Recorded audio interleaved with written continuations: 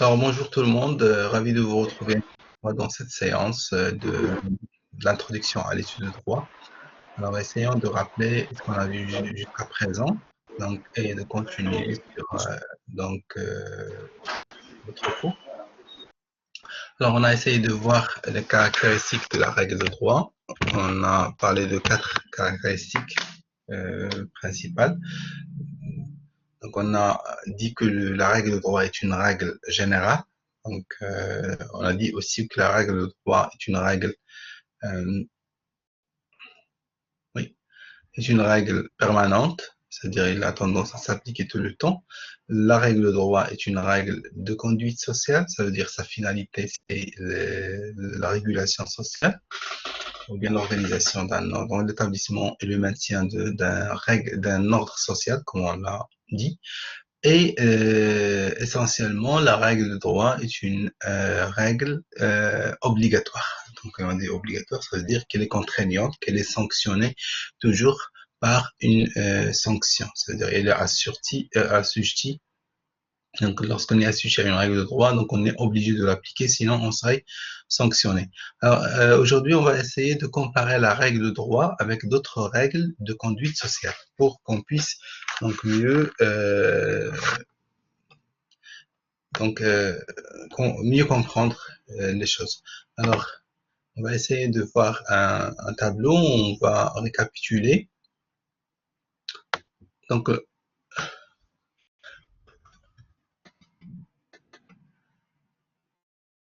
les règles de conduite sociale et les comparant à d'autres, à la règle de droit au niveau de leur.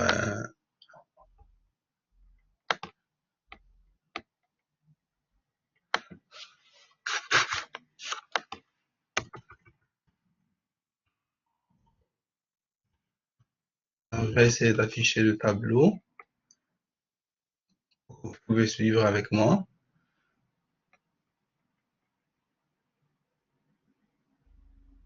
Je pense que vous m'entendez, non? Vous m'entendez, donc écrivez un. Monsieur a un problème de connexion. Dunia, je pense que vous avez un problème. Donc, oui, très bien. Alors, merci Ednan. Alors, donc, Dunia, il faut voir que en interne, c'est un problème du DHCP. Alors, voilà. Essayons de voir ensemble. On a donc la règle de droit, par exemple.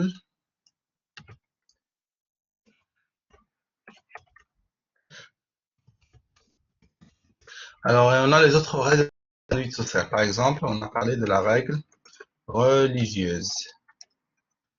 Donc, il y a aussi d'autres règles comme la règle de la morale. Il y a aussi les mœurs.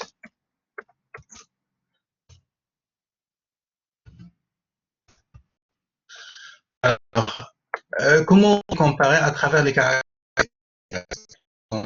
par rapport aux caractéristiques, prenons les caractéristiques de caractère général.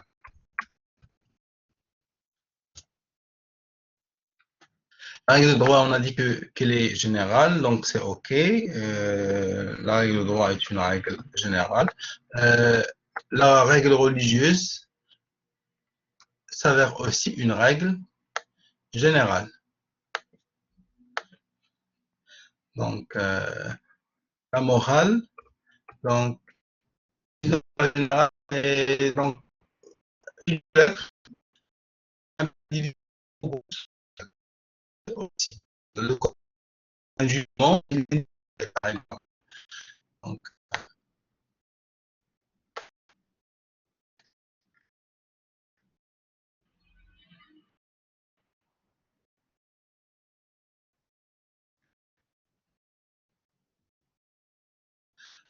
pardon. Au niveau de la victoire, oui, et ne l'est pas. La règle, la morale ne l'est pas, les mœurs essentiellement. Donc, permanente. Oui, aussi, la règle de droit, elle est permanente. La règle religieuse est permanente. Avec la société. La société. Pour une fille, c'était péjoratif. Aujourd'hui, donc c'est le plus conservateur. C'est un acte qui est sollicité par les conservateurs. Donc, on a dit que la règle de droit a une finalité sociale.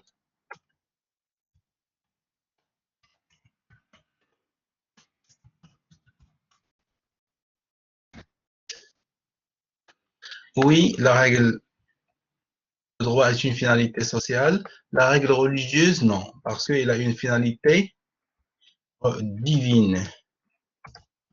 Non, morale aussi, donc c'est une finalité du groupe social. Donc les mœurs aussi, donc du groupe social. Maintenant, au niveau de l'origine, là on peut distinguer amplement les différences entre la règle de droit et les trois règles de conduite. Au niveau de l'origine de la règle de droit et le groupe social.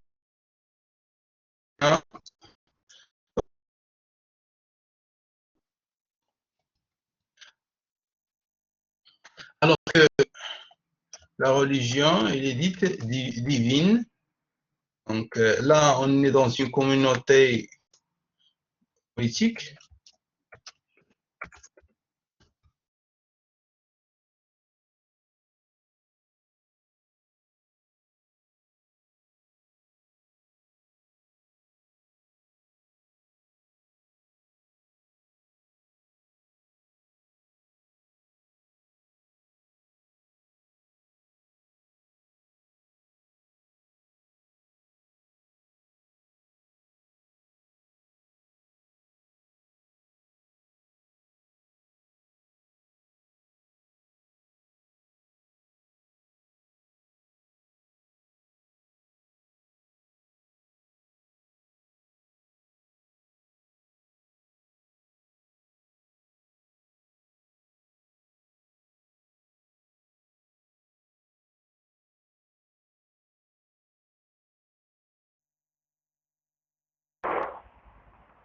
Monsieur, je crois qu'il y a un problème de connexion.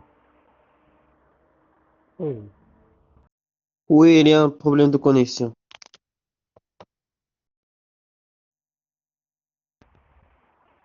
واش البروف خرج؟ راه خرج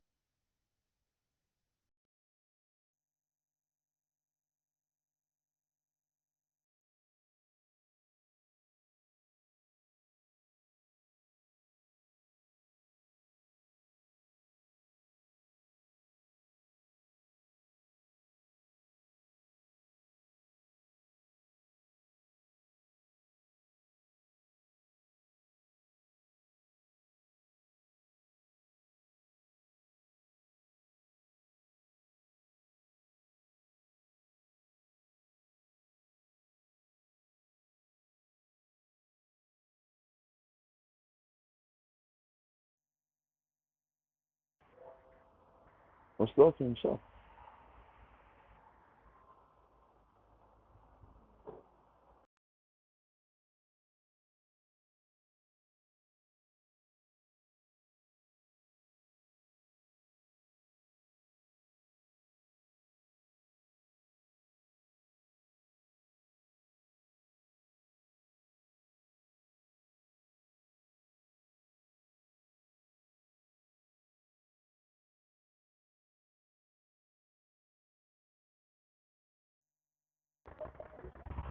الدراري واش البروف دار شي حاجة قال لك تسجل حتى ولا شي بلان؟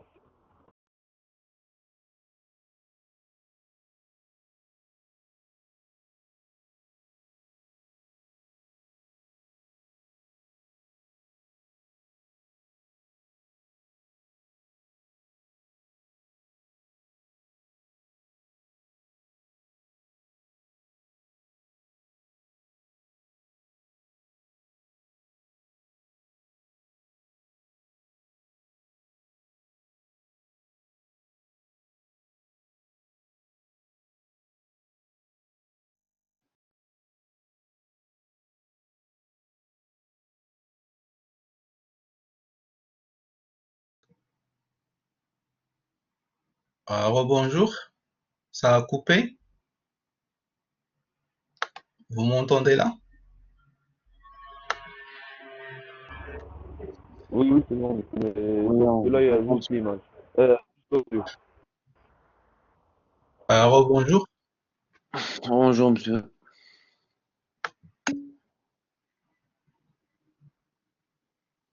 vous m'entendez?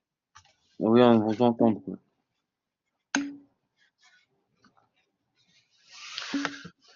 Alors, apparemment, ça, je me suis déconnecté, c'est ça? Tout à fait. Oui, très bien. Désolé, donc la connexion n'est pas très bonne. Pas de souci, monsieur. Essayons de reprendre.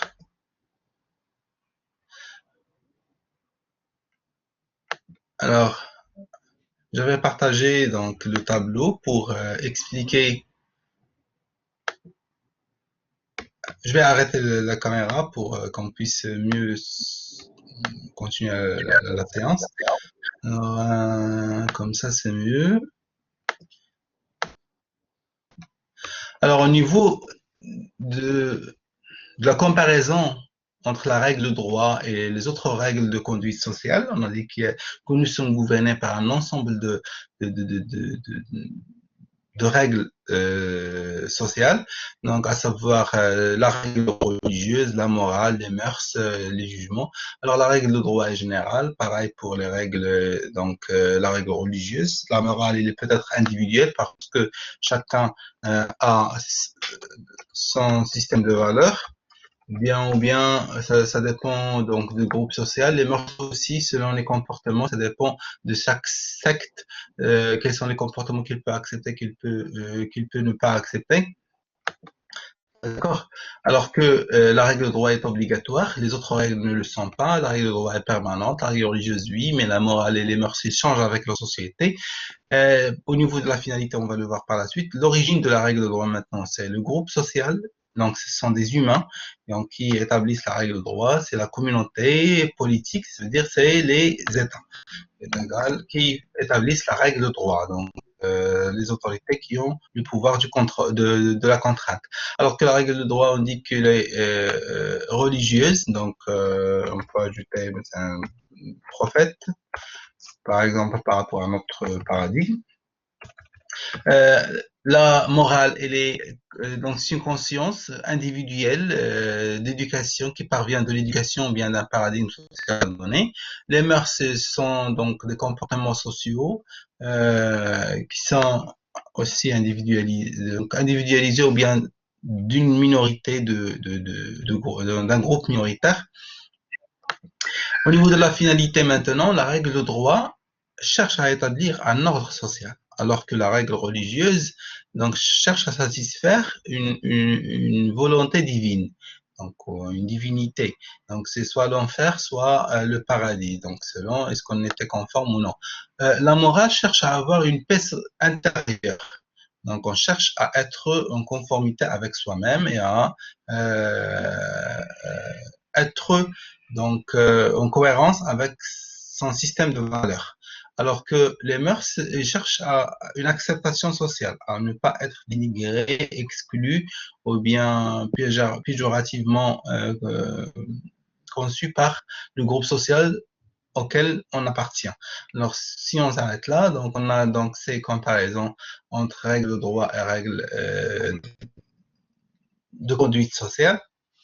On peut comparer aussi la règle de droit au jugement. La règle de droit est générale, le jugement est individuel. Le jugement parvient en application de la règle de droit. Le jugement, ça veut dire la décision du tribunal. Donc, alors, si le tribunal décide que monsieur tel est passible d'un emprisonnement, alors la règle générale, c'est que toute personne qui vole est passible d'un emprisonnement, mais lorsqu'on décide monsieur tel, donc c'est un jugement, il est individualisé. Donc, pour la personne elle-même, la règle de droit reste a une ampleur ainsi très générale. D'accord. Alors, cela dit, essayons de voir une autre section. Alors, je vais arrêter le partage. Essayons de voir une autre section pour avancer et passer à l'étude des sources de la règle de droit. Mais avant de voir les sources, il y a lieu de distinguer entre les différentes branches et matières, ça dépend, matière de droit.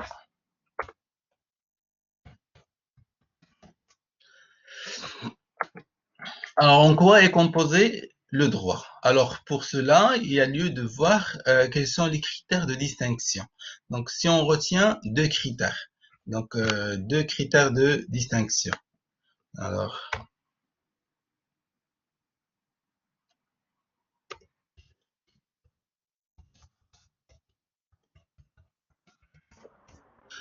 si on prend, par exemple, le critère des sujets de droit, ou bien la finalité. Alors, si on a deux critères, donc chaque critère peut nous renvoyer. Monsieur, j'ai une question.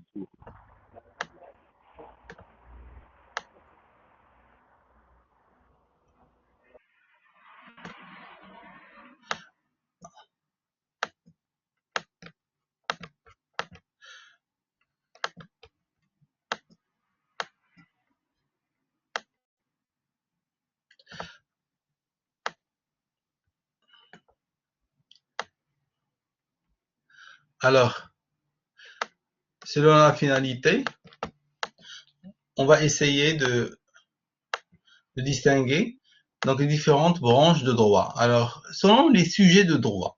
Alors, qu'est-ce que ça veut dire sujet de droit? Ça veut dire les personnes sur lesquelles on va appliquer la règle de droit. Alors, les personnes assujetties à la règle de droit. Alors, si on retient ces critères, on aura une distinction entre les personnes publiques et les personnes privées. Donc, et là, donc on va écrire les sujets de droit peuvent être des personnes publiques, bien des personnes privées. Alors, selon ces distinctions, donc on va avoir un droit qui encadre les personnes publiques et un droit qui encadre les personnes privées. Donc on a le droit privé, public, pardon, et on a le droit privé.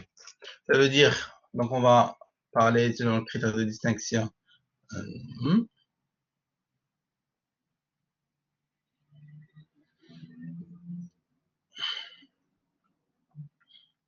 Les personnes privées, le droit privé, donc c'est le droit qui encadre les activités des personnes privées. Et le droit public, c'est le droit qui encadre les activités des personnes publiques. Alors que si on retient les critères de finalité, on a deux finalités. La finalité, c'est la protection de l'ordre public. Arrêtez s'il vous plaît de travailler sur le tableau. Alors, ou bien la protection des personnes qui ont des intérêts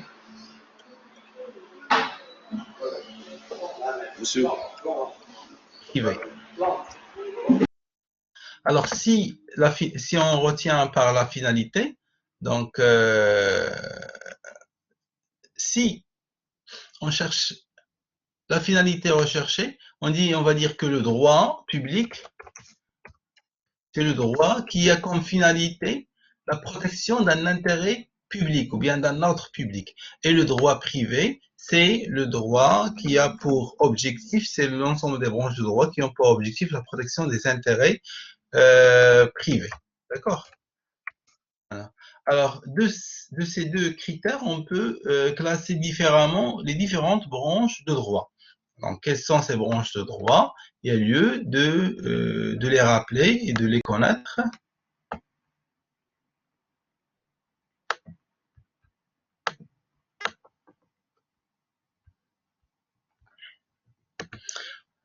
Alors, si je vous donne par exemple maintenant,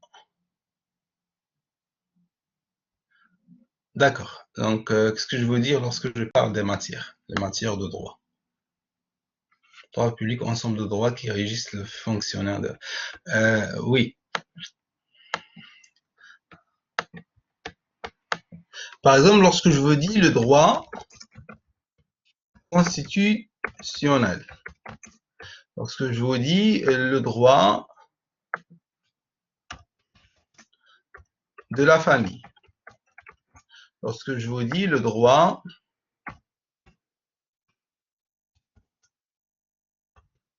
de la consommation, lorsque je vous dis, par exemple, le droit civil, lorsque je vais dire le droit administratif, donc aussi le droit des finances publiques, droit commercial, droit de la concurrence, droit, parlons donc des douanes. Alors, ce sont des matières de droit. Alors, lorsque je parle les matières de droit, ce sont les différentes branches de droit. Les différentes matières, les différentes branches de droit. On peut appeler branche, on peut appeler matière selon notre façon de notre conception de la distinction. Si on voit le droit comme étant un arbre et il a plusieurs branches, de grandes familles, droit public et droit privé, et dans chaque famille, il y a des petites branches.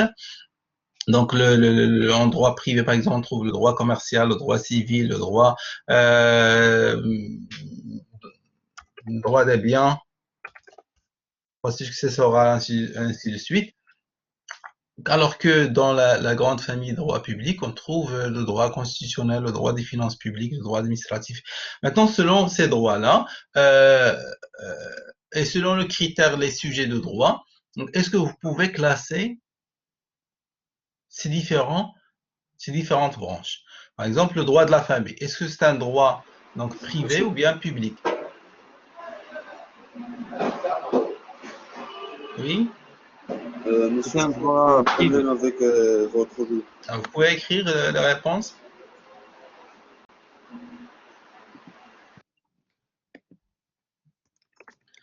Oui. Alors, le droit de la famille, donc le droit de la famille. Donc, c'est un droit privé, c'est un droit public. Le droit de la famille est un droit privé. Alors, pourquoi privé, pourquoi public? Ednan, pourquoi public? Tamzara? Pourquoi privé? Selon le critère qu'on a établi, donc, posons la question encore. Est-ce que on applique le droit de la famille par rapport aux personnes publiques ou bien est-ce qu'on l'applique aux personnes privées? Qui est concerné par le droit de la famille? Il concerne des personnes publiques, d'accord. Donc, quelles sont les personnes publiques maintenant? Alors, quelles sont les personnes publiques? Là, c'est une question. Donc, donnez-moi un exemple, Nan, de personnes publiques. Ici, en général, tous les civils. Alors, normalement, on devait commencer par les personnes publiques avant de revenir aux...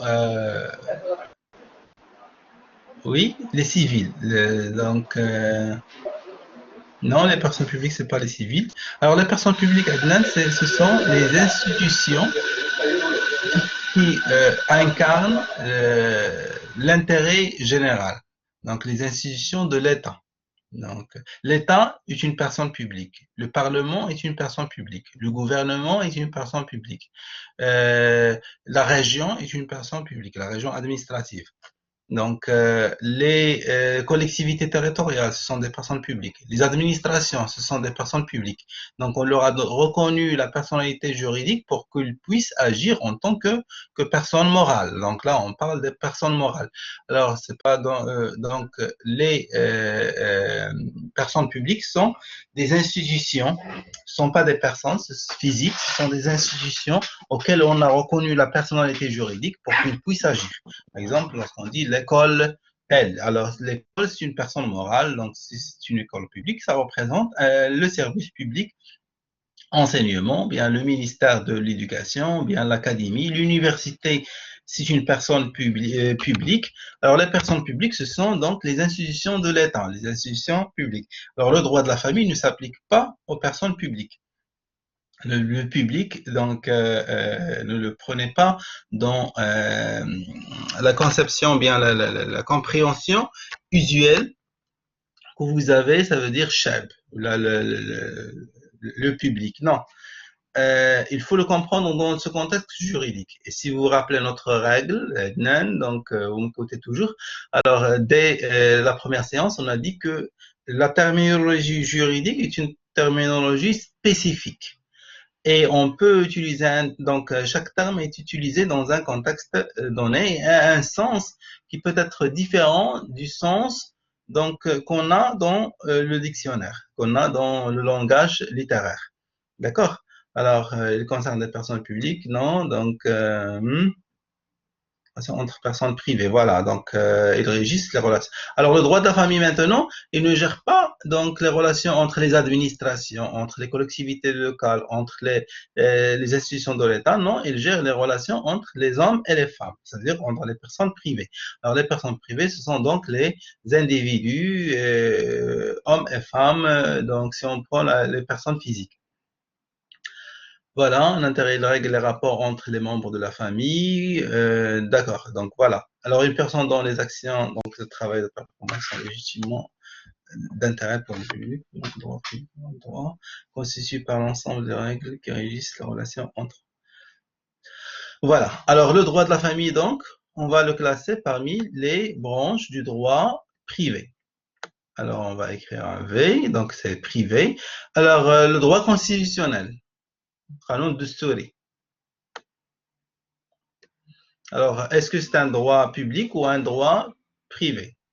C'est un droit oui, public. c'est public, on va écrire P. Pourquoi C'est un public? droit public. Parce que donc, le droit constitutionnel gère les relations entre les institutions de l'État. Donc, le droit constitutionnel, la constitution du royaume, c'est le texte qui organise les relations entre le Parlement et la monarchie, les relations entre le Parlement et le gouvernement, les relations entre le gouvernement et la monarchie, les relations entre le gouvernement, le Parlement et les juridictions, c'est-à-dire l'ensemble des institutions de l'État. Donc, il s'applique le sujet de droit et le droit et les personnes publiques. Maintenant, si on revient à la question donc à la réponse oui, donc de Adnan, sans anticiper, bon, je la laisserai par la suite, donc je ne vais pas anticiper. Le droit civil, maintenant, est-ce que c'est un droit public ou droit privé? Le droit public, le droit civil. Bon, le droit civil est un droit privé, oui, parce qu'il cherche à protéger des intérêts privés. Donc, le droit civil, c'est le droit des contrats. C'est le droit qui gère les relations entre les personnes. Comment vous contractez, quand est-ce qu'on oblige que ce soit en écrit, comment vous pouvez vendre, comment vous pouvez louer, ainsi de suite. Donc, le droit des douanes. Alors, le droit des douanes, est-ce que c'est un droit privé ou un droit public? Public, donc pourquoi? Parce qu'il s'applique aux personnes physiques, aux personnes publiques, ou bien est-ce que c'est un droit privé parce qu'on l'applique aux personnes privées? Alors, est-ce que ce sont les sociétés qui doivent appliquer les droits de douane, ou bien c'est les douaniers qui vont appliquer le droit de douane? Oui? Alors, normalement, donc, le droit des douanes, donc ce sont des textes qui régissent le commerce, par exemple, comment importer, comment exporter. Et normalement, les importateurs, voilà la société qui va appliquer le droit de douane, c'est les sociétés. Les sociétés, ils vont subir le droit de douane, mais on a une administration de douane qui va appliquer. Maintenant, donc, c'est une administration qui est chargée de contrôler et de mettre en œuvre l'application du droit de douane. Alors, si on parle personnes assujetties, ce sont des personnes privées, on peut dire que ce sont des personnes privées, mais si on voit l'ampleur de l'intervention de l'administration des douanes pour l'application, on va dire que ce qui applique effectivement le droit de douane, c'est une personne publique. Alors là, ça reste nuancé, on peut dire que c'est une branche mixte parce que ça ne cherche pas seulement à protéger. Donc, au niveau des sujets, on peut dire que c'est privé. Mais si on retient le deuxième critère, qui est le critère de finalité, quel est l'objectif du droit de douane? Est-ce que c'est la protection des intérêts des sociétés ou bien la protection de l'ordre public économique? On applique le droit de douane pour avoir plus de taxes, donc pour récupérer les taxes de dédouanement et pour interdire l'importation des produits qui peuvent être donc dangereux ou bien non conformes à l'ordre économique interne. Donc, si on retient les critères de finalité, donc la finalité de droit de douane, c'est la protection de l'intérêt public. Donc, on va donc avoir tendance à l'appliquer, donc à le classer comme étant donc un droit public. Mais si on va voir les sujets qui est assujettis au droit de douane, on va dire que ce sont les sociétés, comme a dit Edna. Donc, ça veut dire que c'est un droit privé. Donc, alors là, c'est pourquoi on a distingué entre les deux critères. On peut avoir tendance à dire qu'une branche de droit est une branche, qu'une branche de droit est une branche de droit privé, alors qu'il est public, selon le critère de distinction. Donc, est-ce qu'on va concevoir les personnes auxquelles donc assujetties au droit ou bien l'objectif de la règle de droit? On va prendre un autre exemple plus clair. Donc, le droit pénal, par exemple. Droit. Alors, le droit pénal,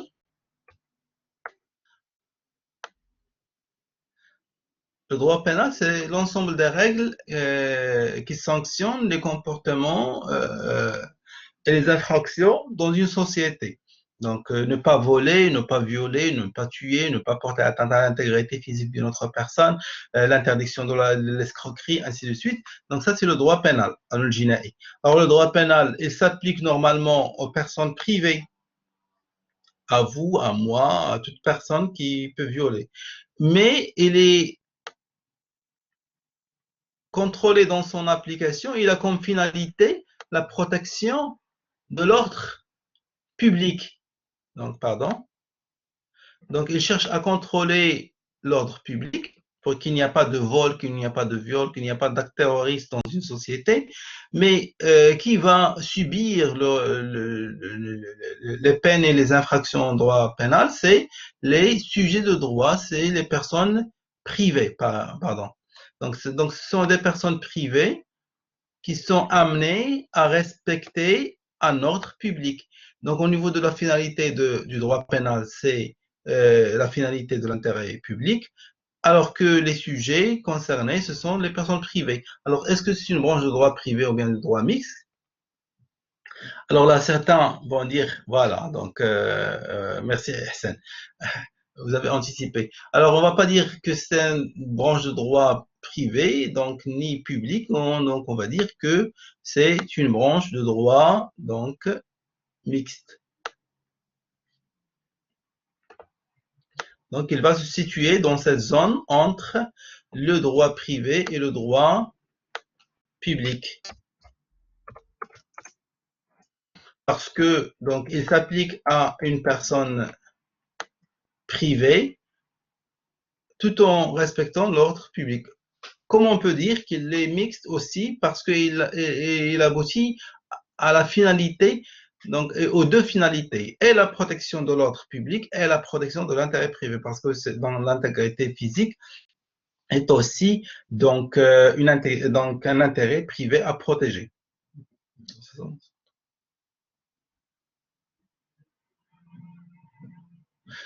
Oui, donc on peut dire que donc si on réfléchit dans cet anglais, Atman, euh, finalité, donc dans chaque droit, on a en quelque sorte euh, une tendance à protéger et l'intérêt privé et l'intérêt public. Bon, à part quelques droits, par exemple, si on parle du droit constitutionnel, donc sa finalité, c'est l'organisation des institutions. Il ne concerne pas la personne en elle-même. Mais on peut dire que le droit constitutionnel, il permet On est aussi de d'accord, monsieur, garantir la liberté de la participation, la liberté politique. Et là, on va dire que donc il y a un intérêt privé, même si le droit constitutionnel concerne les institutions et non pas les personnes. Et si on élargit un peu la réflexion et on creuse plus profondément, donc tous les branches du droit ont tendance à être des branches mixtes, parce qu'il y a toujours donc des personnes privées et des personnes publiques. Mais généralement, on va retenir en apparence, en général, une subdivision générale pour dire que les branches de droit public, donc on peut retenir les grandes familles du droit public qui sont le droit constitutionnel, par exemple. Donc, droit constitutionnel, c'est une branche de droit public. Donc, le droit administratif aussi. Donc, le droit des finances publiques. Donc, ce sont des branches de droit public. Alors que pour les branches de droit privé, on peut retenir donc le droit de la famille, même si pour moi c'est un droit mixte plutôt que public, parce qu'il y a l'intervention de l'État. Le droit privé, donc le droit pénal est classé parmi les branches de droit privé parce que donc les personnes assujetties sont des personnes privées. Mais généralement, on peut le considérer aussi comme droit mixte puisqu'il cherche à protéger l'intérêt public selon le critère finaliste. Le droit de la concurrence, c'est un droit pour moi donc qui est ni public ni privé, c'est un droit économique. On peut retenir une quatrième, une troisième catégorie, ce sont des branches de droit économique. Donc peut-être que l'occasion se présentera pour qu'on en discute ultérieurement.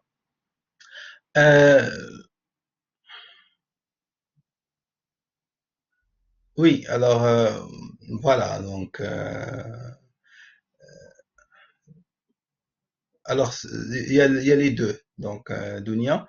Alors choisissant le droit privé au public, il faut prendre en considération ce qui protège et non pas sur qui ça s'applique. Oui, alors généralement, donc on cherche la finalité. Ce que j'aimerais vous inculquer maintenant, ce que j'aimerais que donc le message, c'est un message de méthode. Si vous vous rappelez notre première séance, on a dit que l'apprentissage, c'est un processus, et dans ce processus-là, il faut apprendre à comparer, à analyser. Et là, maintenant, on essaye de comparer. Donc, on ne va pas balancer directement, voici les branches du droit public et on les prendra comme étant un Coran à apprendre ou bien un cours à apprendre pour réciter. Non. Donc, il y a un effort intellectuel derrière cette classification. Ne retenez pas l'information brute pour l'apprendre, pour la réciter à l'examen. Donc, ce n'est pas l'objectif du cours, mais on va essayer de voir. On peut dire que le droit de la famille est droit mixte, donc ou bien droit public, ou bien droit privé, selon le critère de distinction.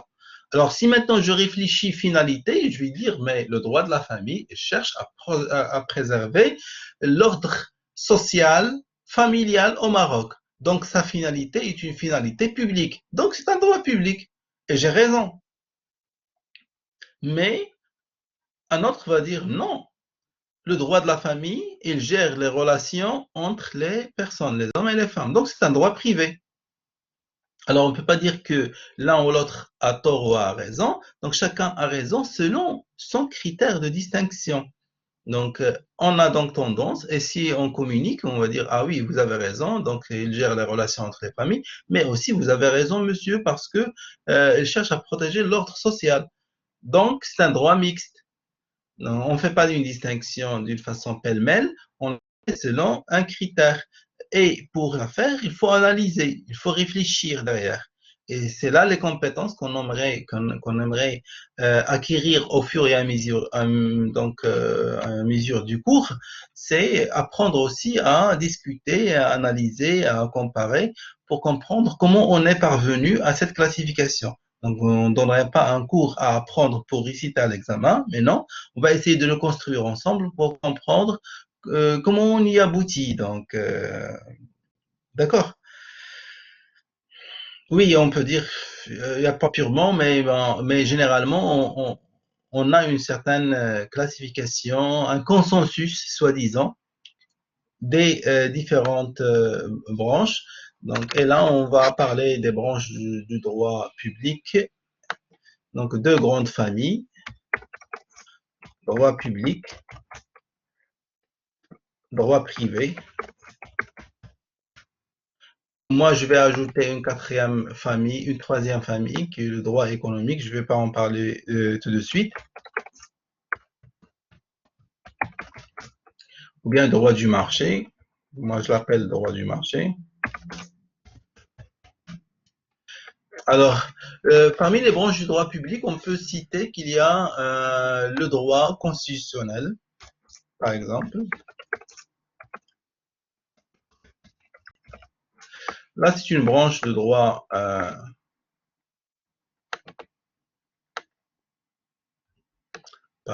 pardon.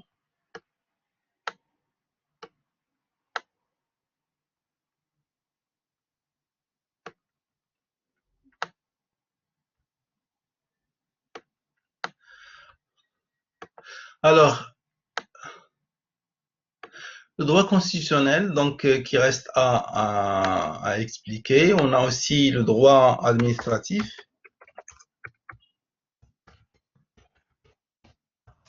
On a,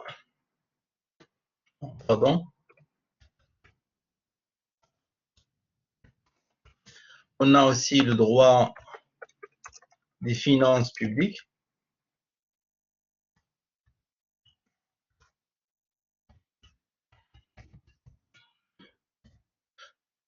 Alors, si on retient ces trois, le droit des libertés publiques. Donc, les libertés.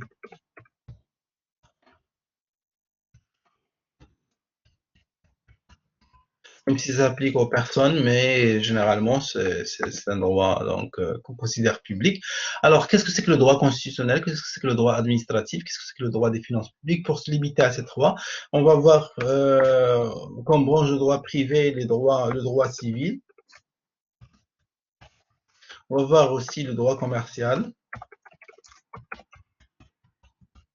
On va voir le droit de la famille. Donc, on a aussi le droit des biens et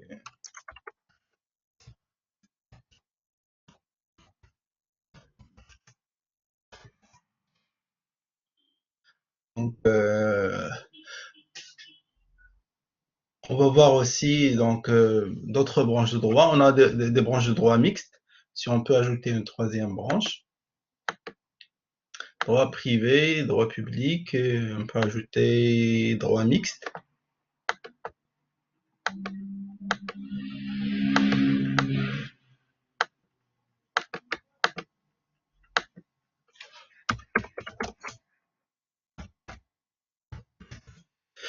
Donc là, pour les branches de droit mixte, on peut rappeler le droit pénal,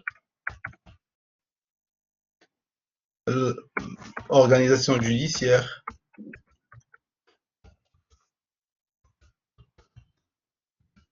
ou bien généralement droit processuel.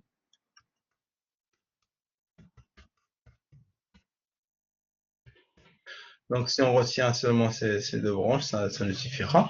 Donc, là, je vais parler du droit de la concurrence, par exemple, droit de la régulation,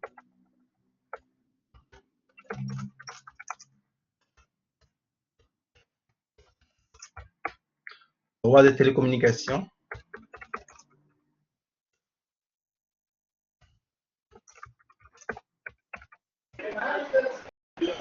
même donc, droit de la propriété industrielle. Monsieur, les droits sont-ils considérés comme un droit mixte? Par exemple, là, c'est une classification donc un peu spécifique, personnelle, mais en retenant ces deux grandes familles, donc le droit public et le droit privé. Donc, la Constitution est un droit public qui regroupe les règles juridiques qui constituent donc, le gouvernement et le pouvoir. Voilà. Donc, le droit de la consommation aussi, on peut l'ajouter. Donc, bon, le droit de la consommation, ça peut être entre les deux, ça peut être un droit mixte.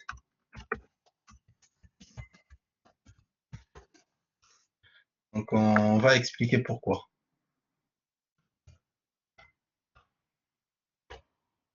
Entre parenthèses, donc, je suis spécialiste un peu de droit de la concurrence et de la consommation, c'est pourquoi j'en parle souvent. Alors, revenons pour expliquer le droit public. Alors, qu'est-ce que c'est que le droit constitutionnel? Qu'est-ce que c'est que le droit administratif, pour prendre des exemples? Alors, le droit constitutionnel, c'est un droit qui gère les relations des institutions entre elles. Et là, je vous invite tous et toutes. Oui, le droit de la propriété industrielle et commerciale. La PIC, c'est la propriété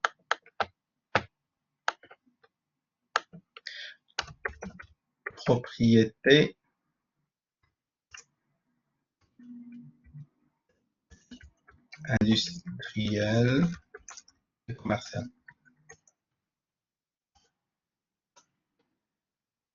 Voilà. Alors, revenons donc le droit public. Donc, le droit public, il regroupe un ensemble de branches de droit. Maintenant, à la faculté, vous pouvez voir qu'il y a deux cursus universitaires. Donc, après la deuxième année qui est du tronc commun, on a à choisir entre la spécialité droit public et la spécialité donc droit privé. Donc, alors là, il faut comprendre quelle est la différence. Il faut connaître la différence entre droit privé et droit public pour pouvoir mieux s'orienter. Est-ce que je vais faire une licence en droit privé ou bien une licence en droit public? Alors, donc, le droit public, il enseigne un ensemble de matières en relation avec les institutions publiques, les institutions de l'État, que ce soit en interne ou en international. Alors, en international, on peut ajouter les relations internationales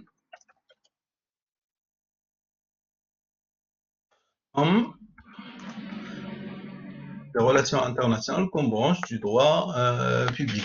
Alors, commençons par le droit constitutionnel. C'est le droit qui gère les constitutions, donc les institutions constitutionnelles. Voilà.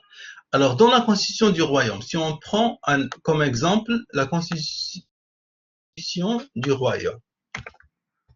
Constitution du royaume.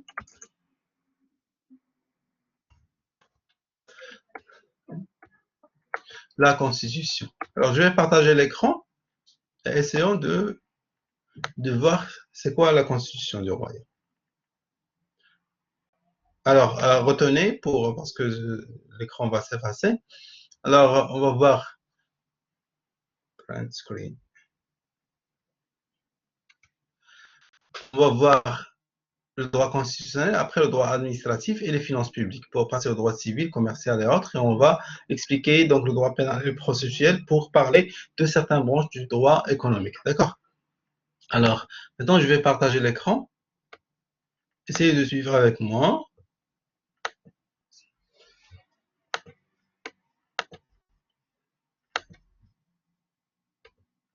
La constitution du royaume. Alors, qu'est-ce qu'il y a dans la constitution du royaume? La constitution qui a été adoptée en 2011, après le printemps arabe.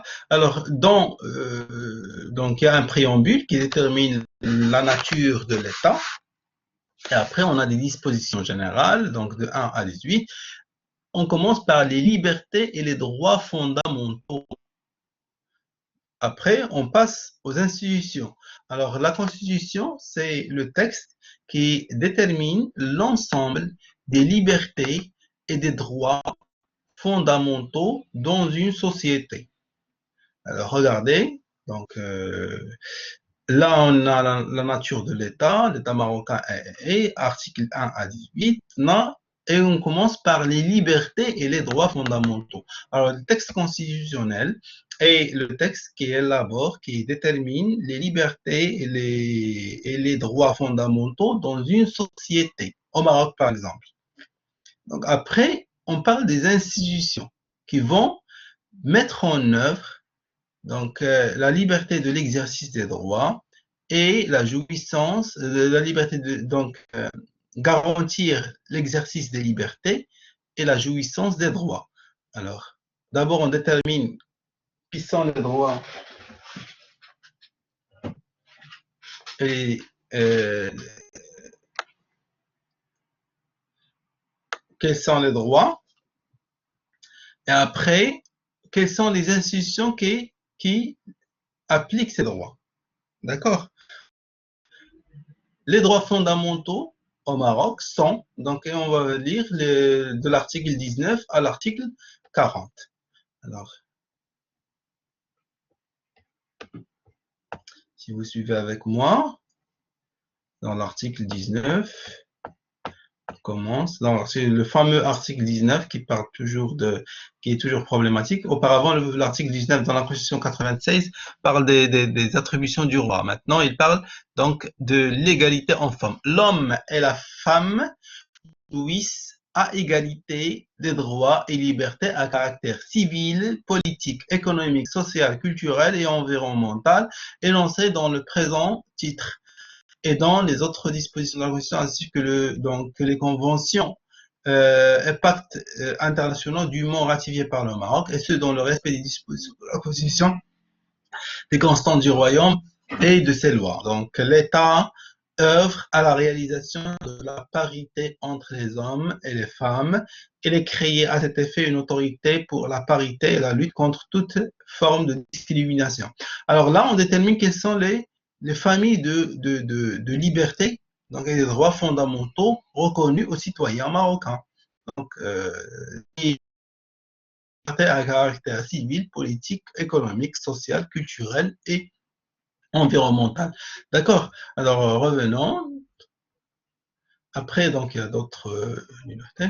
Alors, c'est quoi la Constitution? Ou bien le droit constitutionnel? C'est le droit qui organise donc les libertés fondamentales dans un État, les libertés et les droits fondamentaux dans un État, et les institutions qui les appliquent. Donc, ces institutions-là, on va trouver donc, 4 catégories d'institutions. On a la royauté, et on a le pouvoir législatif, le pouvoir exécutif, et on a le pouvoir judiciaire, et on a donc d'autres institutions qui sont la Cour constitutionnelle, les régions. Bon, ça c'est l'organisation administrative. Donc je vais aller directement. Donc ce qui me concerne, les organes de bonne gouvernance. Alors pour moi, donc il y en a donc 3 pouvoirs et d'autres institutions qui les épaulent. Alors donc on a la royauté qui est au sommet de l'État, et on a 3 pouvoirs qui sont le pouvoir législatif, le pouvoir exécutif et le pouvoir judiciaire. En d'autres termes, on peut dire juridictionnel. Donc, et on a d'autres institutions donc, de contrôle et de bonne gouvernance, la Cour constitutionnelle, les régions, les collectivités territoriales, la Cour des comptes, le Conseil économique et social et environnemental. Donc, les organes de bonne gouvernance, et là, on va trouver le Conseil de la concurrence, par exemple, ainsi de suite. D'accord? Alors, c'est quoi le droit constitutionnel? C'est une branche de droit qui étudie ces différentes institutions. Maintenant, au niveau de la royauté, donc, quelle est sa relation avec le législatif? Donc, au niveau du pouvoir législatif, comment il est organisé? Combien? Donc, au Maroc, on a 2 chambres de parlement. Donc, on a quels sont les pouvoirs du Parlement, comment il doit exercer ce pouvoir. Donc, on a donc l'organisation du Parlement, les pouvoirs du Parlement et l'exercice du pouvoir législatif par le Parlement. Après, l'exécutif, quelles sont les compétences du chef du gouvernement? Quelle est la relation entre le chef du gouvernement et le Parlement? Combien de fois il doit rendre rapport? À qui il doit rendre rapport? Donc, le gouvernement, donc l'exécutif. Et au Maroc, le pouvoir exécutif du Maroc, normalement, est l'attribution du roi, donc il exerce à travers le Conseil des ministres. Et du gouvernement, donc en parallèle, qu'il exerce à travers le Conseil du gouvernement. Donc on a le Conseil du gouvernement et le Conseil des ministres. Dans le Conseil des ministres, on trouve le roi, son cabinet et ses conseillers et le gouvernement. Dans le Conseil du gouvernement, c'est le gouvernement et les ministres. D'accord? Après, donc les rapports entre ces pouvoirs. Donc le rapport entre le roi et le pouvoir législatif, le rapport entre le pouvoir législatif et exécutif. D'accord? Alors, l'organisation judiciaire, ou bien le pouvoir judiciaire, donc il y a lieu de connaître l'indépendance de la justice par rapport aux autres pouvoirs, l'organisation du Conseil supérieur donc du pouvoir judiciaire, donc les droits fondamentaux d'accès à la justice, d'espèce en justice, ainsi de suite, les droits du justiciable. D'accord? Alors c'est ça, donc c'est la table du matière de la Constitution du Royaume qui dévoile un peu donc qu'est-ce que c'est que le droit constitutionnel. Alors on peut revenir à dire que le droit constitutionnel, pardon, le droit qui organise donc les institutions constitutionnelles de l'État. Les institutions constitutionnelles au Maroc, on a dit qu'il y a la royauté, le pouvoir exécutif et le pouvoir donc législatif. Donc là, il y a des principes à rappeler concernant donc euh, du droit constitutionnel, donc à l'international. Par exemple, on a un principe de séparation des pouvoirs.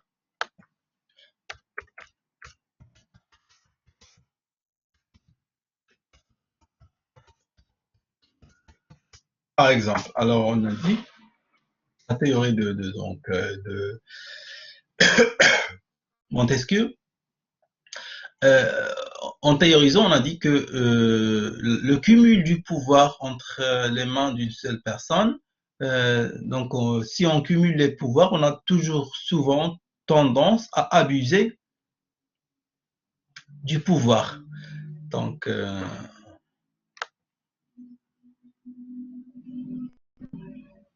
oui, donc, oui, par exemple, donc, si on a tous les pouvoirs, on va en abuser.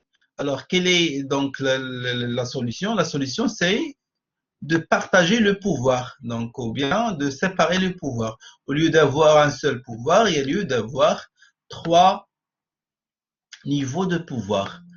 Donc, un niveau de décision de la règle, donc un pouvoir de faire la norme, normatif.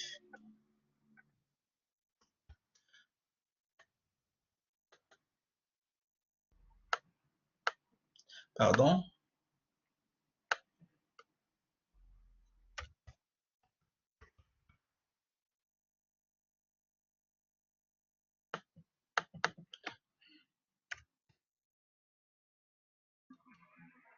Un pouvoir donc au niveau de dire la règle et un pouvoir exécutif et un pouvoir juridique. Alors là, on va décider la règle et là, on va exécuter et veiller à l'exécution de la règle et là, on va trancher les litiges relatifs à cette exécution. Je pense que c'est plus une méthode intelligemment faite pour minimiser tout risque de coût d'État. Alors oui, Atman, État, ça s'écrit toujours avec un E majuscule. C'est pas les règles constitutionnelles, c'est les institutions constitutionnelles, Ashraf. Les institutions constitutionnelles, c'est la royauté, le pouvoir exécutif, le pouvoir législatif et le pouvoir juridictionnel. Voilà. Alors, donc, c'est une méthode intelligente, oui, pour minimiser les coûts d'État, pas seulement, mais pour éviter le despotisme de l'État. Parce que l'histoire de la théorie de séparation du pouvoir, c'est l'histoire de l'Occident. Donc, où l'État était l'État, que ce soit les militaires ou théologiques, a tendance à abuser donc les de liberté. Donc, et lorsqu'ils ont fait la révolution, donc voilà. Donc, ils ont fait la révolution donc, en Occident, en Europe, c'est pour avoir plus de liberté. Alors on a dit, il ne faut pas laisser le pouvoir entre les mains des militaires seulement, ils vont en abuser, ou bien entre les mains de l'Église seulement, il va en abuser. On va partager le pouvoir. Alors on n'a pas partagé entre personnes, on a partagé entre donc modes d'intervention. Alors celui qui fait la règle doit être indépendant de celui qui va appliquer la règle. Parce que si tu es juge et partie, tu vas en abuser, tu vas faire la règle et si ça t'arrange pas, tu vas la changer. Mais non, on va dire, donc celui qui fait la règle doit être différent de celui qui va l'appliquer. Donc, qui va faire la règle, c'est la volonté publique, c'est le peuple à travers ses représentants. Donc, le gouvernement sera donc appelé à appliquer la règle qu'a décidé les représentants du peuple. Donc, maintenant, si on a un problème dans l'application de la règle, qui va trancher le litige? Donc, alors là, tu ne peux pas être juge parti.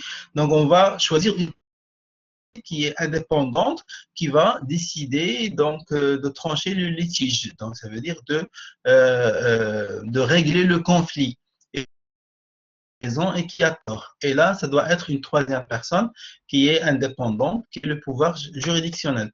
Alors, c'est pourquoi on a dit, donc, la théorie de séparation des pouvoirs, c'est d'avoir au minimum, donc, plusieurs pouvoirs. Alors, Montesquieu n'a pas dit trois pouvoirs, il a dit séparer les pouvoirs, ça veut dire qu'il y a plusieurs pouvoirs pour se contredire, pour établir l'équilibre.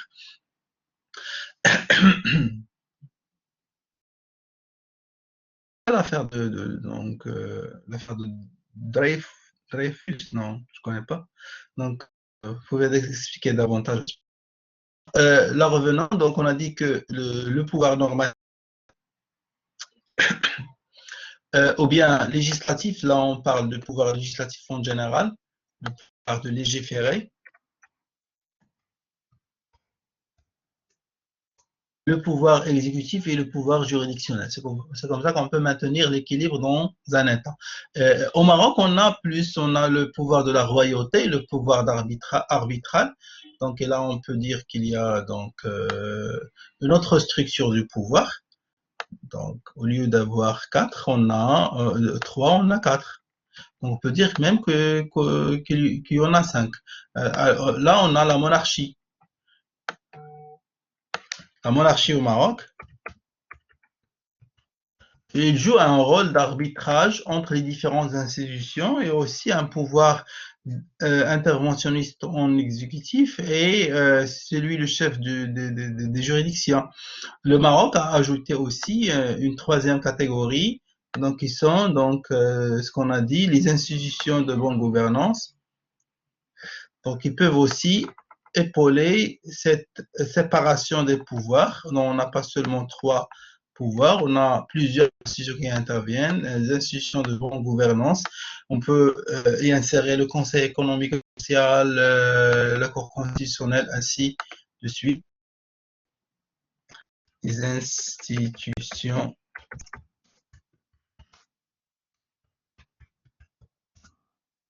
de régulation. Alors là, donc c'est plusieurs institutions qui interviennent pour la gestion de l'affaire publique ou bien de l'État. La constitution d'un pays qui en Europe peut changer pour...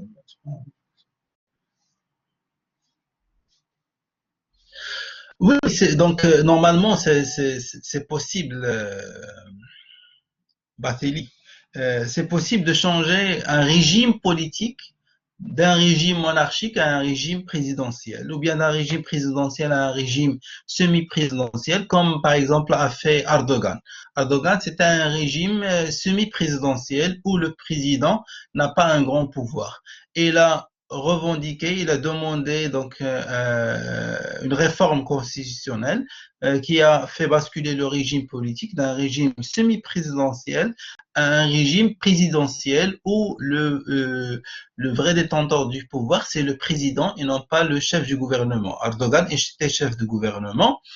il avait les pouvoirs. Donc, il a fait 2 mandats, il ne pouvait plus exercer le même pouvoir. Il a changé la constitution, donc il est devenu président en déplaçant les pouvoirs du chef du gouvernement au président. Donc, bon, on peut devenir une monarchie, comme on peut basculer d'une monarchie à donc, après la révolution en Égypte, ils ont changé le régime monarchique en régime présidentiel. D'accord? Donc, là, ça peut être d'une façon soft avec une réforme constitutionnelle, comme ça peut être à travers une révolution. D'accord. Alors là, donc le droit constitutionnel, c'est la branche de droit qui étudie tous ces éléments-là. Comment on organise les différentes institutions, donc législatives, exécutives, juridictionnelles, les autres institutions, et comment on gère les relations entre elles, les sessions de parlement, ainsi de suite. Donc, cela dit, pour le droit constitutionnel, donc il y a lieu aussi de voir le droit administratif.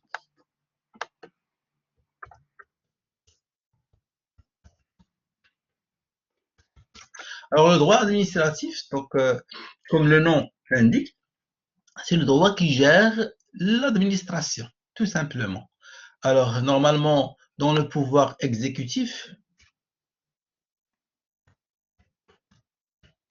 on a donc le gouvernement. Le gouvernement représente une autorité politique.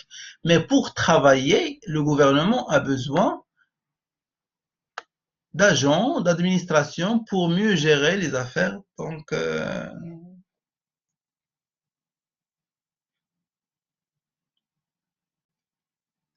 oui, d'accord. Alors, merci. Alors, le droit administratif, c'est le droit qui gère donc l'administration. Comment s'organise l'administration?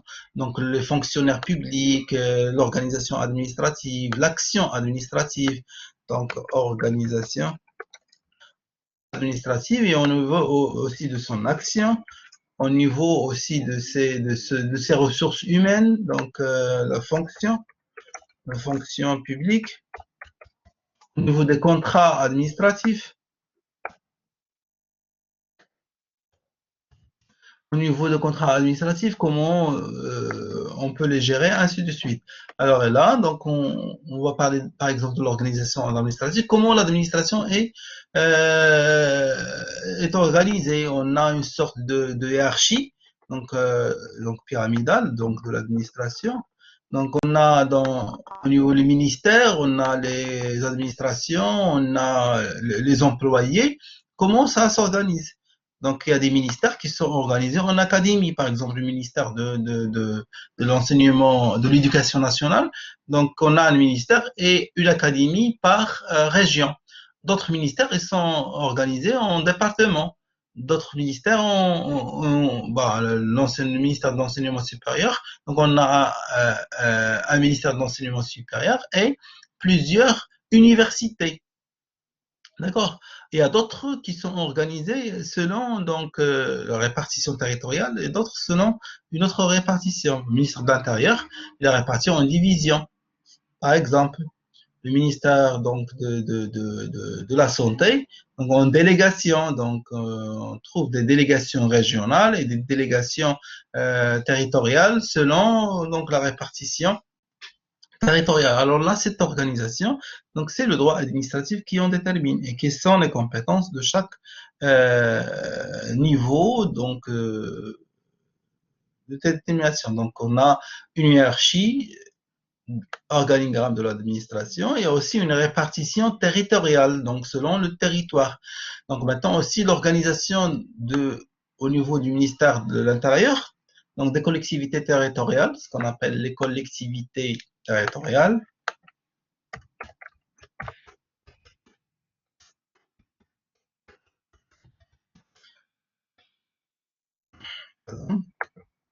On a des régions, on a des provinces,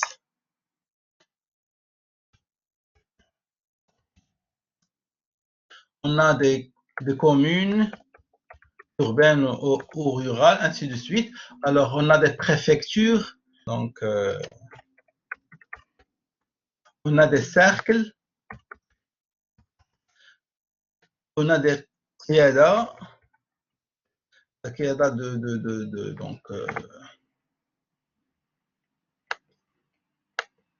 de chaque circonscription. Donc, alors là, ce sont des organisations, c'est le droit administratif qui détermine donc ces différentes unités territoriales, donc la région, comment il est composé, quels sont les membres de la région, comment ils sont élus, quelles sont les compétences de la région et comment il exerce ses actions. La province aussi, qui est dans la province, comment le conseil provincial est composé, quelles sont ses attributions et comment il les exerce. Les communes, comment les communes rurales ou urbaines, ou bien ce qu'on appelle les collectivités territoriales. Donc, comment ils sont composés, leur attribution et comment ils exercent leurs droits. Et en parallèle, les représentants du pouvoir central. Alors, dans chaque région, il y a un wali, dans chaque province, il y a un préfet, donc l'amel. Chaque commune, il y a donc bien un cercle, il y a le Bacha, il y a le Qaïd. Donc là, comment c'est organisé, comment on organise ça? Ce sont des lois qui déterminent les règles d'organisation et les compétences à chaque niveau et de chaque institution ou bien personne. Alors, c'est le droit administratif qui regroupe tout ça. Après, les modes de l'action administrative. Comment l'administration intervient-elle?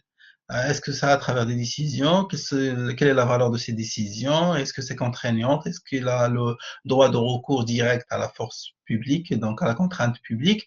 Est-ce que c'est à travers un contrat? Quelles sont les caractéristiques de ce contrat? Après, donc voilà, donc, comment on gère le conflit, la fonction publique, et les relations, donc les principes donc de la fonction publique, donc la continuité du service public par exemple, la permanence, ainsi de suite. Alors c'est un ensemble de principes, c'est très vaste le droit administratif, donc c'est une spécialité parmi les spécialités du droit public. Donc là, toutes les règles qui concernent le droit administratif, donc qui concernent ces institutions, on l'appelle le droit administratif. Comment les citoyens atteignent leurs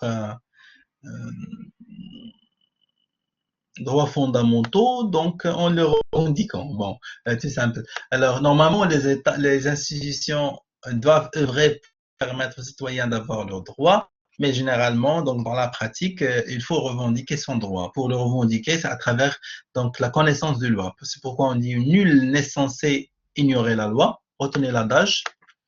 Nul n'est censé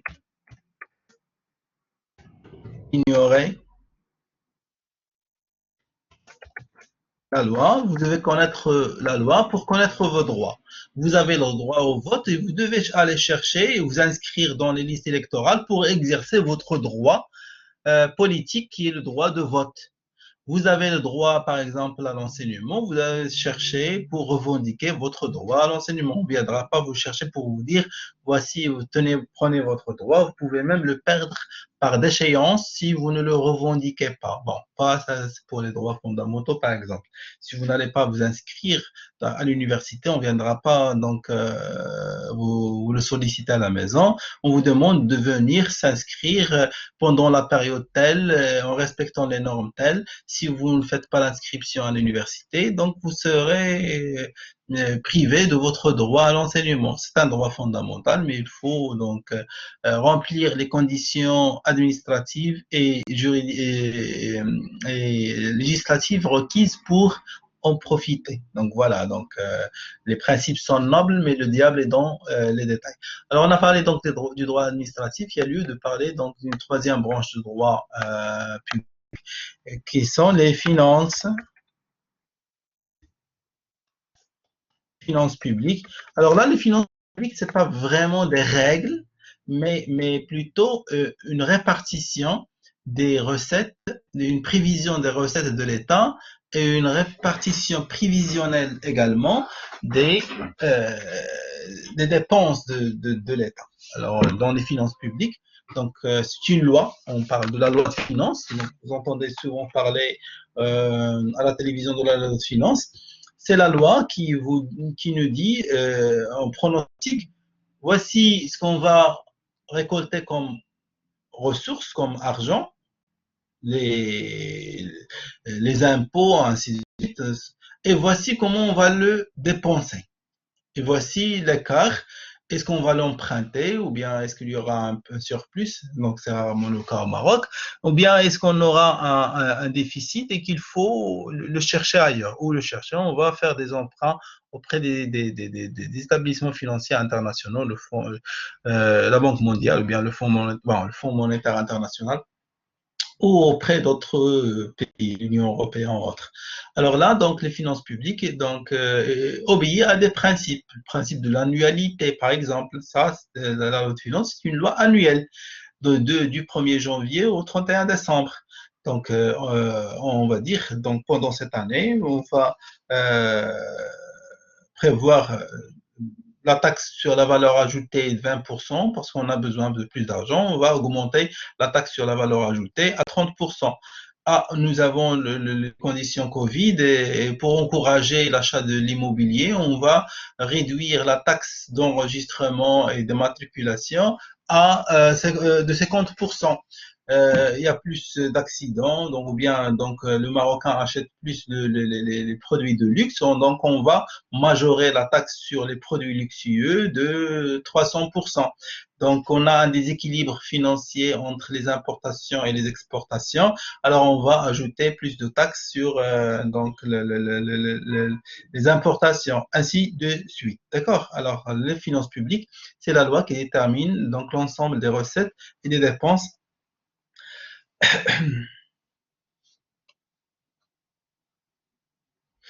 Euh, D'accord.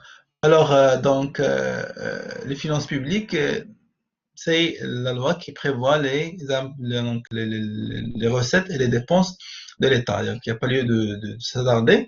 Alors, je réponds à votre question, Yasmine. Donc, oui, Tjnit Ijbari, vous voulez dire. Donc, ça veut dire donc le service militaire. Alors, le service militaire obligatoire, ça, c'est une décision législative. Parce qu'en plus des droits qu'on a dans la Constitution, on a tous une obligation de contribution. Donc, c'est noté dans la Constitution et ça a une valeur constitutionnelle. Alors, si on prend l'article, le préambule, fidèle à son droit irrésistible de construire l'état de droit démocratique du royaume, résolument, donc musulman, souveraineté, se fondant sur ces valeurs de principe de ferme, œuvre de construction. Alors, si je me rappelle bien, le Maroc est une monarchie constitutionnelle, la nation s'appuie sur sa vie, la souveraineté appartient à la nation qui l'exerce directement, parfois de référendum et indirectement. La nation choisit au sein des institutions élues par voie, système et la religion, non. Alors, il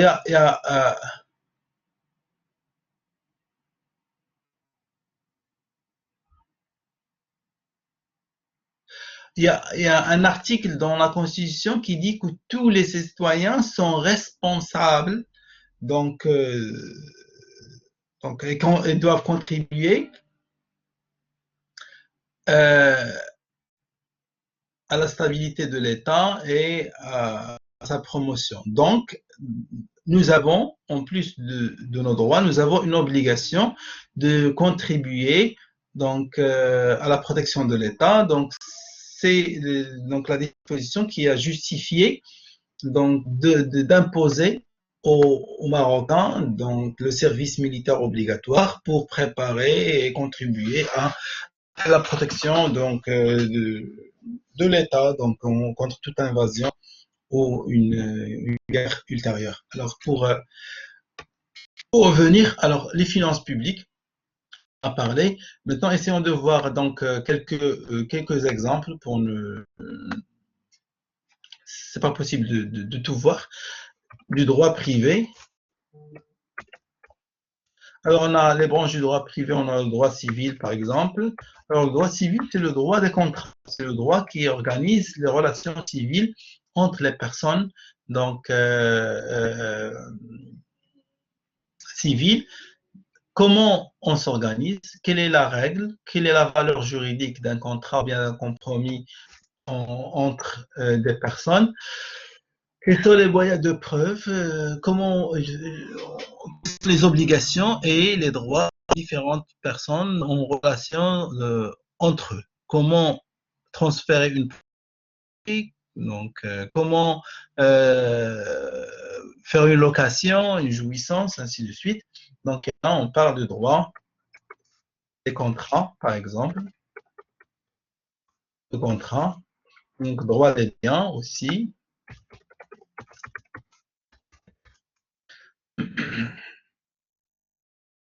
Là, on détermine quelles sont les règles, quand est-ce que le contrat est valable, quelles sont les parties au contrat, les éléments du contrat, ainsi de suite. Donc après, on a le droit commercial.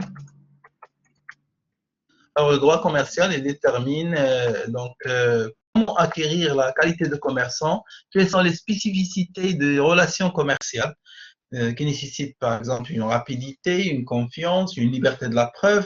Alors, qui est commerçant, qui n'est pas commerçant? Et là, c'est l'article 6 du Code de commerce, par exemple, qui détermine comment on acquiert la qualité de commerçant, comment on gère les affaires commerciales. Et là, donc, le commerce élabore des règles de gestion. Donc, si on veut créer une société, voici la procédure pour garantir une confiance et un pouvoir de suivi et de transparence sur le marché. Si la société est en difficulté, comment intervenir pour ne pas permettre sa liquidation, donc ce qu'on appelle la procédure de redressement judiciaire. Si on acquiert une propriété commerciale, comment la distinguer des autres propriétés civiles, comment on peut distinguer entre le droit au bail et le loyer, donc le local et l'activité commerciale, comment s'approprier une clientèle et la conserver, donc ce qu'on appelle donc le fonds de commerce, comment donc le réglementer, alors l'acquisition de la qualité commerçant. Alors ce sont donc là, donc, par exemple, les contrats commerciaux, comment on les gère, comment on le redressement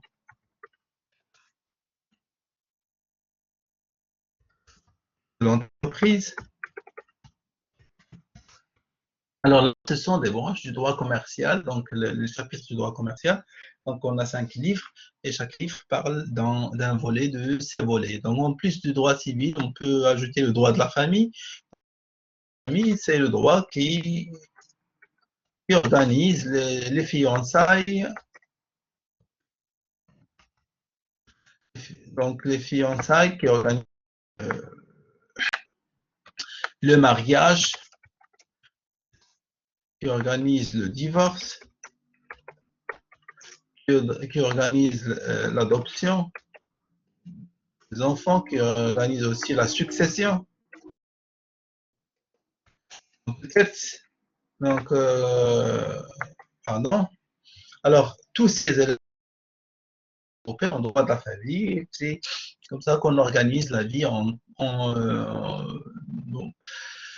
dans un couple de famille, ou bien entre membres de la famille au niveau de la succession ou autre. Donc, c'est toute une spécialité, une branche à part.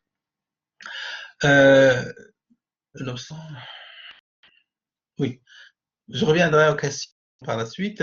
Alors là, donc, ce sont des branches de droit privé. J'ai ajouté qu'il y a des branches mixtes, droit mixte. Alors là, par exemple, on a dit mixte parce que ça a permis à la fois de protéger l'intérêt public que l'intérêt privé. Prenons le droit pénal, par exemple. Le droit pénal, c'est le droit qui nous dit voici ce qui est interdit et sanctionné en cas de violation. Parce que, par exemple, dans l'ordre social nécessite qu'il y a une sécurité. Il est interdit de porter atteinte à l'intégrité physique de notre personne. Si vous agressez une personne, si vous causez une infirmité à une personne, vous le creusez son œil ou bien vous coupez sa main, donc vous portez atteinte à une intégrité physique d'une personne et non seulement à son intégrité physique, mais à l'ordre public sécuritaire. Et là, on a le droit pénal qui va vous sanctionner, qui va dire que celui qui porte atteinte, qui cause à autrui une infirmité ou bien une incapacité de plus de 21 jours est passible d'un emprisonnement de 3 mois à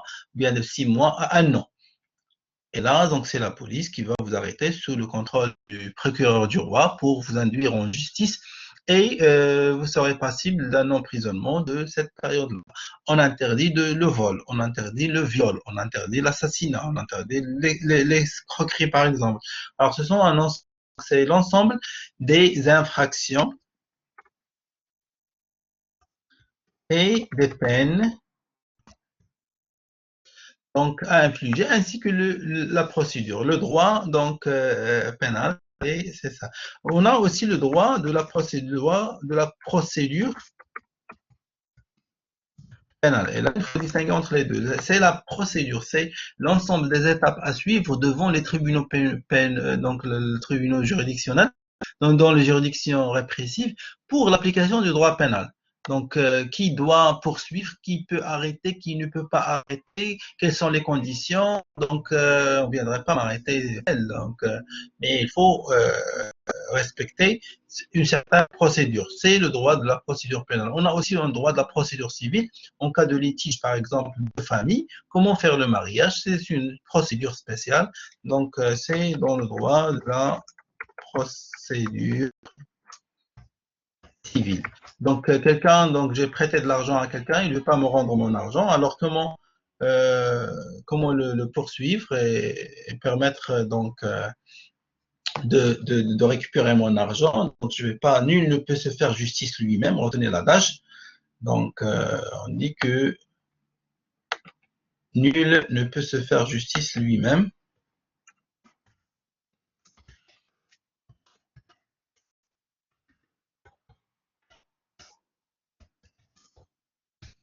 Se faire lui-même justice.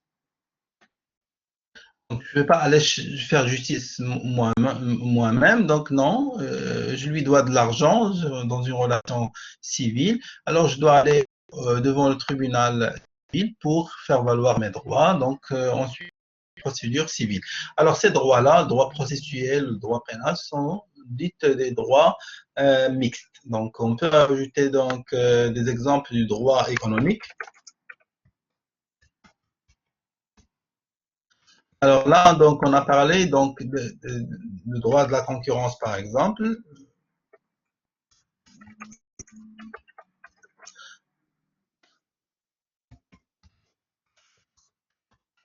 Si on retient ces deux branches seulement. Alors, le droit de la concurrence, c'est le droit qui organise la concurrence sur le marché. Alors, ce n'est pas un droit entre les personnes privées ni pour les institutions, mais qui organise la concurrence sur un marché. Et la concurrence sur le marché, il peut avoir donc qui interdit par exemple les concentrations économiques. On dit que vous êtes des économistes, donc vous êtes mieux pour connaître ça. Il y a l'approche keynesienne de l'économie, marxiste et autres. Il y a l'approche de Milton Friedman. Si vous connaissez Milton Friedman, la théorie du néolibéralisme, on dit que le marché doit être complètement libre et il va s'autoréguler. Donc, l'État doit se retirer de l'interventionnisme dans le marché en laissant les parties privées jouer le jeu. L'État doit garantir qu'il y a une concurrence sur le marché, donc ce qu'on appelle la régulation du marché, et se retire. Et pour garantir la concurrence, on doit interdire aux sociétés de porter atteinte à la concurrence, soit à travers des concentrations économiques. Donc, alors, imaginons maintenant que toutes les sociétés de distribution se regroupent en une seule société. Il va imposer le prix et la qualité. Et ça serait donc contraire à l'intérêt du consommateur et aussi à l'évolution du marché, parce que le marché ne va pas évoluer. Je ne vais pas inventer. S'il y avait seulement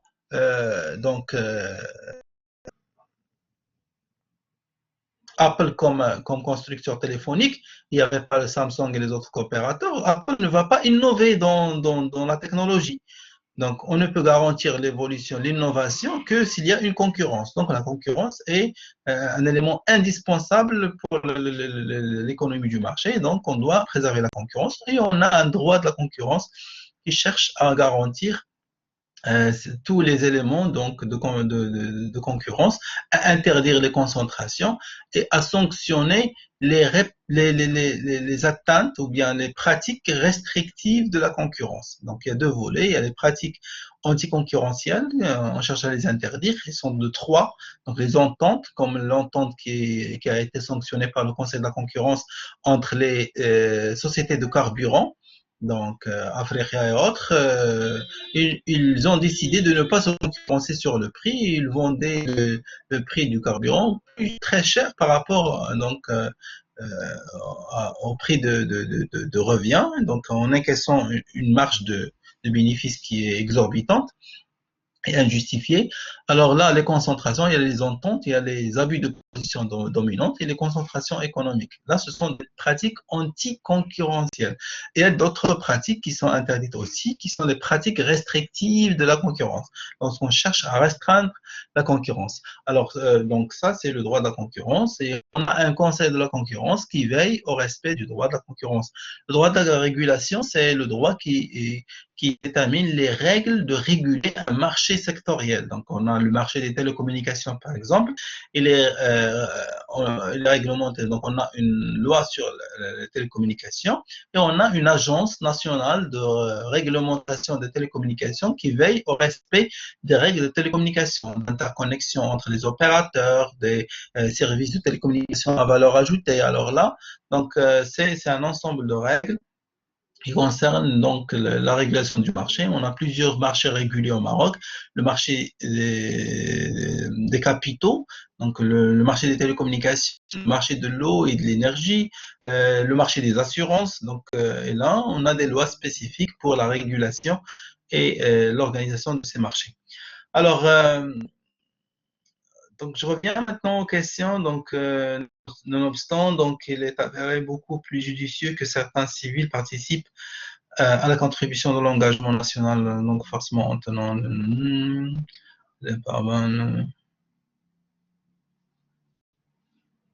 oui, d'accord, oui, d'accord. Pas de commentaire.